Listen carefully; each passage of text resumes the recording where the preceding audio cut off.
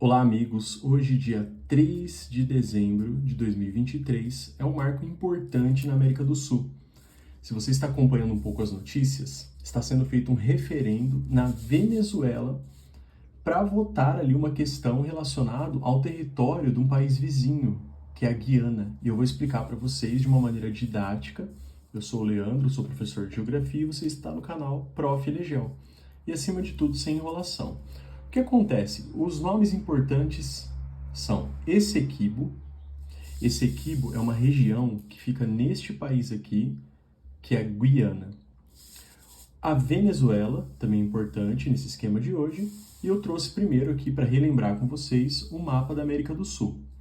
Então aqui na América do Sul está o Brasil, e ao norte do Brasil tem esses três paizinhos aqui, que é a Guiana Francesa, o Suriname e a Guiana.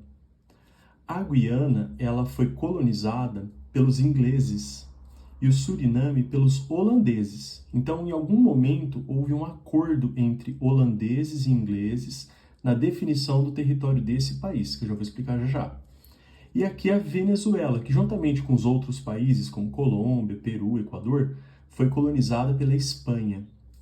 Uma data importante para a gente compreender isso é 1811, quando teve a independência da Venezuela. E quando a Venezuela se tornou independente, imagina, essas fronteiras que a gente tem hoje, elas não eram bem definidas. E ficou definido que a Venezuela seria daqui, mais ou menos, até uma fronteira natural. Fala aí para mim, normalmente o que se utiliza para definir as fronteiras dos países? Não são rios? Dá uma olhada nesse mapa mais ampliado que eu fiz, entendeu? Eu peguei essa parte aqui e dei um zoom aqui para a gente poder compreender. Espero que vocês estejam gostando da explicação, hein?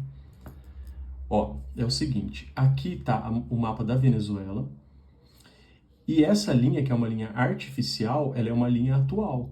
Só que quando foi a independência da Venezuela, a Venezuela era até aqui, neste rio, que servia como divisa para mostrar até onde era o território da Venezuela e daqui para cá era o território da Guiana. Tá? A Guiana ela se tornou independente bem mais tarde, só em 1966. Mas vamos lá, olha o que aconteceu.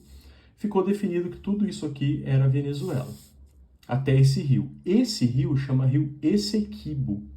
Aqui você consegue ver o território do Brasil, para cá é a Colômbia, aqui é o estado de Roraima, aqui é uma cidade importante dessa história toda, que chama Maracaibo, que é uma cidade onde o Brasil já está mandando algumas tropas para lá, para ter um cuidado em relação a essa região. Não sei se foi o nome da cidade certinho, tá? Porque vocês me corrijam. Aqui tem um planalto muito alto, que é o Planalto das Guianas. Ele já mostra como a geografia da região é importante nesse conflito. E vale ressaltar, gente, que toda essa região é praticamente coberta pela floresta amazônica. É uma mata muito densa. Aqui, para vocês terem noção, nessa região aqui, onde o mapa hoje, vocês estão entendendo, né? Hoje, isso aqui é a Guiana, tudo isso que está desenhado. Só que na época lá da independência da Venezuela, a Venezuela, então, ela tinha o território na cabeça dela até aqui. Mas aqui é tudo uma floresta extremamente densa. Porém, no meio dessa floresta, olha o que tem aqui. Tem ouro, gente. E bastante ouro, viu? Mas não foi o ouro que fez reacender a disputa por essa parte. Então eu vou rachurar aqui de vermelho para vocês entenderem qual que é a área que está hoje em disputa. Essa área que eu estou mostrando em vermelho é a região chamada Essequibo. Essequibo. Ela fica atualmente dentro do território da Guiana, ela fica dentro do território da Guiana, mas ela é reivindicada pela Venezuela, porque segundo a Venezuela, quando ela foi independente, ela tinha direito até essa parte. Mas, em 1840, foi feito um acordo entre o Reino Unido e a Holanda na definição desse território aqui, que é o território onde é a Guiana. E nessa definição não ficou muito nítido até onde seria o território dos ingleses aqui na região da Guiana.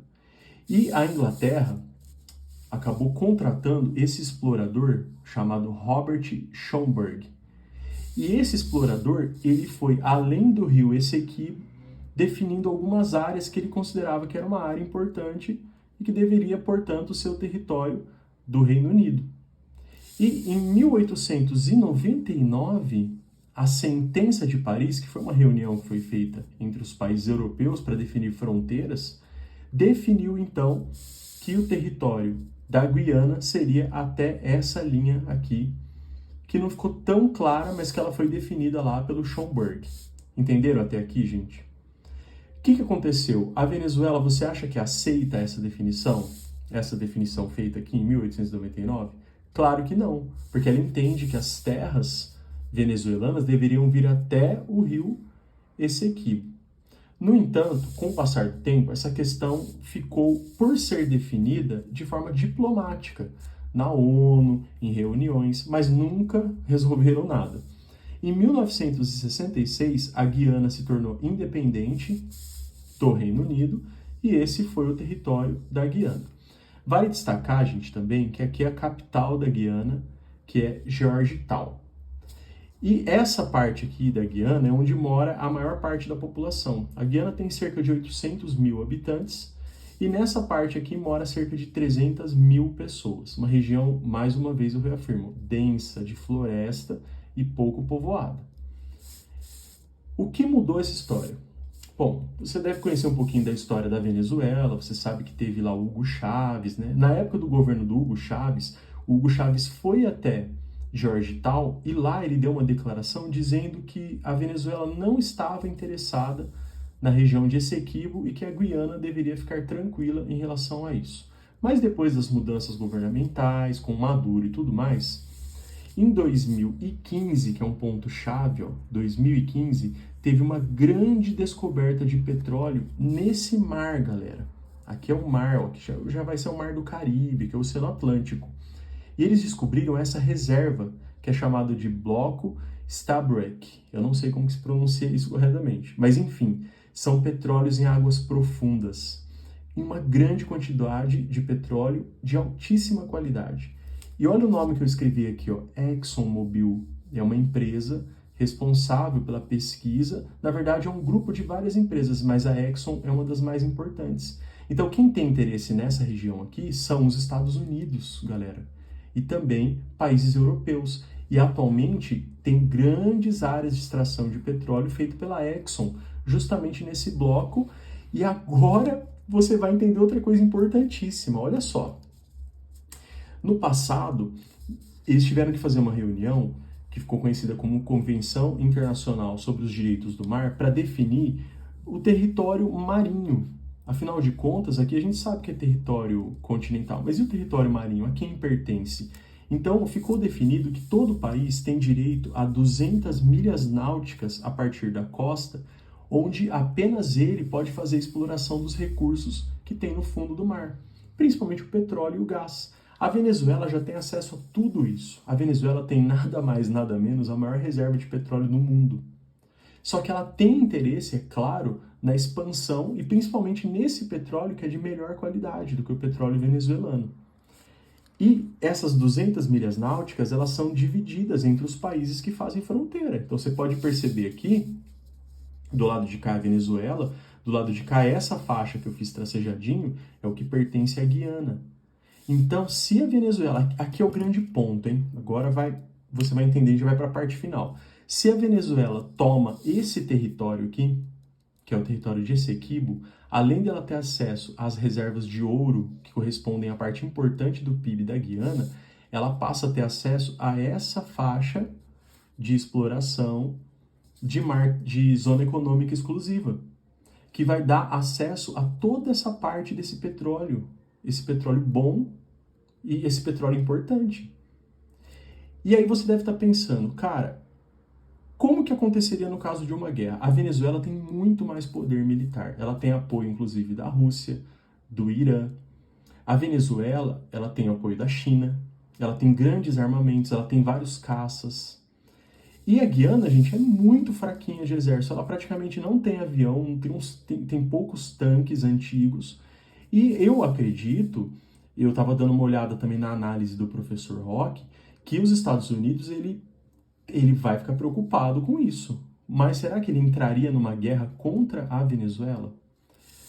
Para finalizar, entenda o seguinte. Nesse dia 3 de 12 de 2023, Está sendo feito o referendo lá na Venezuela perguntando se os venezuelanos concordam que esse território aqui pertence à Venezuela e que deveria ser anexado novamente à Venezuela. São 5 perguntas e todas elas têm esse tom de anexar esse território. E a Venezuela, apesar de ser um país que tem grandes divergências políticas, tanto o governo quanto a oposição têm um pensamento parecido em relação a esse equibo. Eles concordam que esse equibo deveria ser da Venezuela.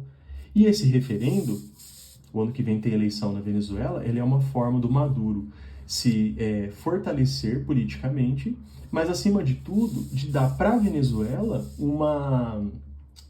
não uma desculpa, como que eu poderia dizer? Uma afirmação de que o venezuelano realmente concorda com a anexação de Essequibo.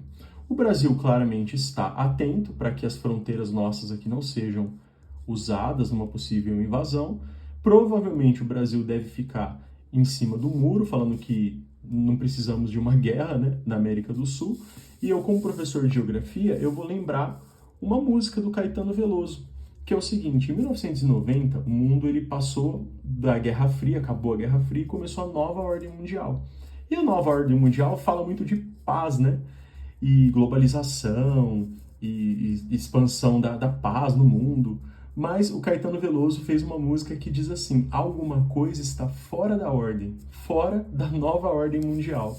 E aqui é mais um exemplo de coisas fora da nova ordem mundial, que são anexações de território. Vamos acompanhar as cenas dos próximos capítulos. Comente se você gostou desse formato e dessa explicação. Coloque suas dúvidas também.